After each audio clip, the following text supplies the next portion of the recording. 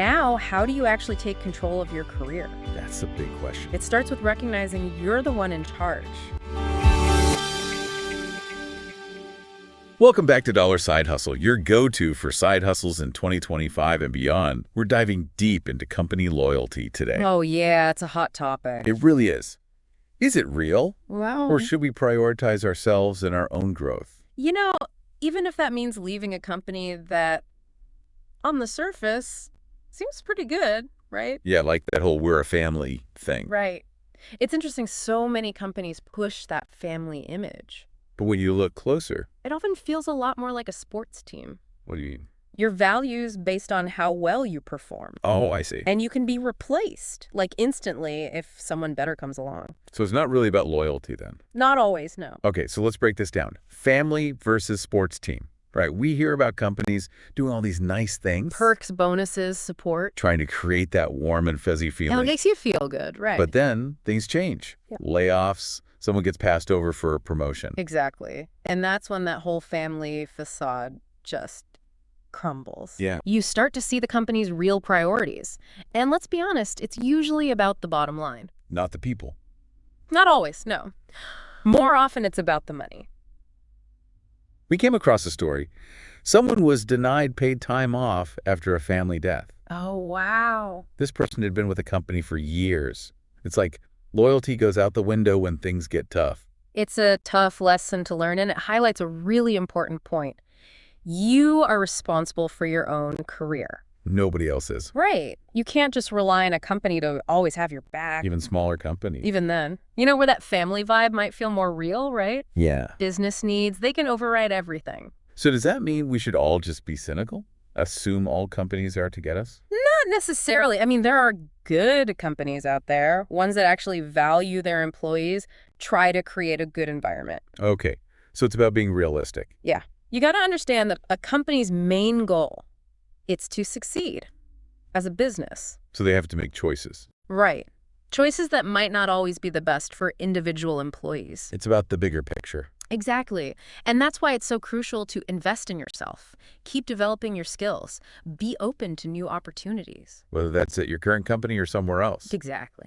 I think that's a great place to pause. We've talked about the reality of company loyalty, or maybe the lack of it. But now let's get practical. Right. How can people actually take control? And we'll dive into that in part 2. Okay, so we've kind of laid out the groundwork here. Yeah, company loyalty. Hmm. Maybe not what thought it was. Right. But now, how do you actually take control of your career? That's the big question. It starts with recognizing you're the one in charge of your own growth. Okay, but what does that even look like in real life? Think of it like this, okay? You're running your own business. Okay. Your career, that's your business, Yeah. you incorporated. And you got to invest in it, I like that.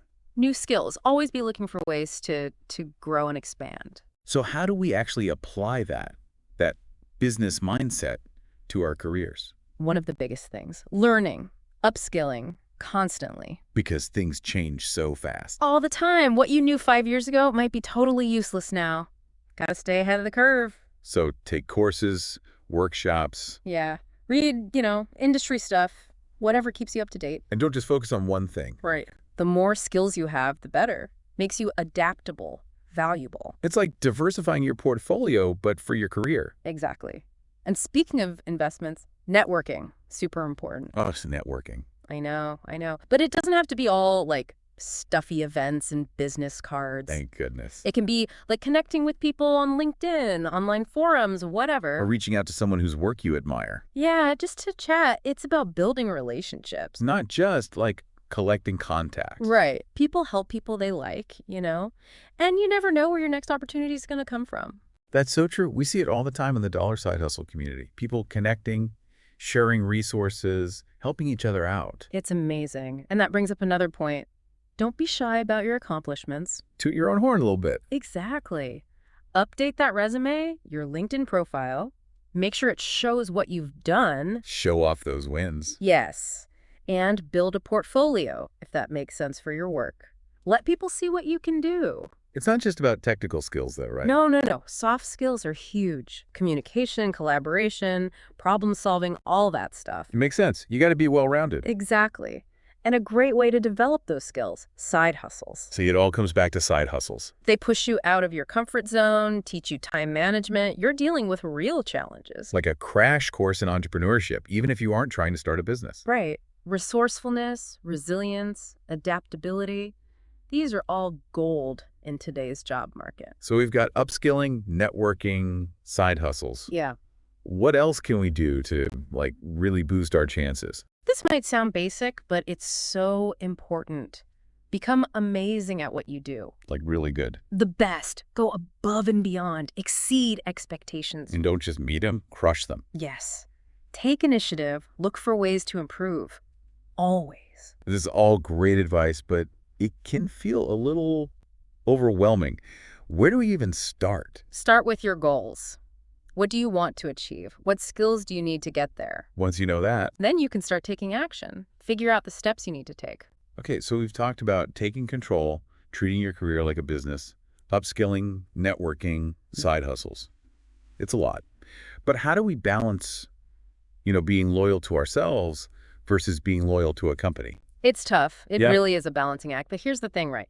Companies, they're always looking at what's best for them. The bottom line. Exactly. Profits, efficiency, all that. And sometimes that means making hard decisions. Like letting people go. Yeah. Or restructuring departments, even closing whole offices. We see it all the time.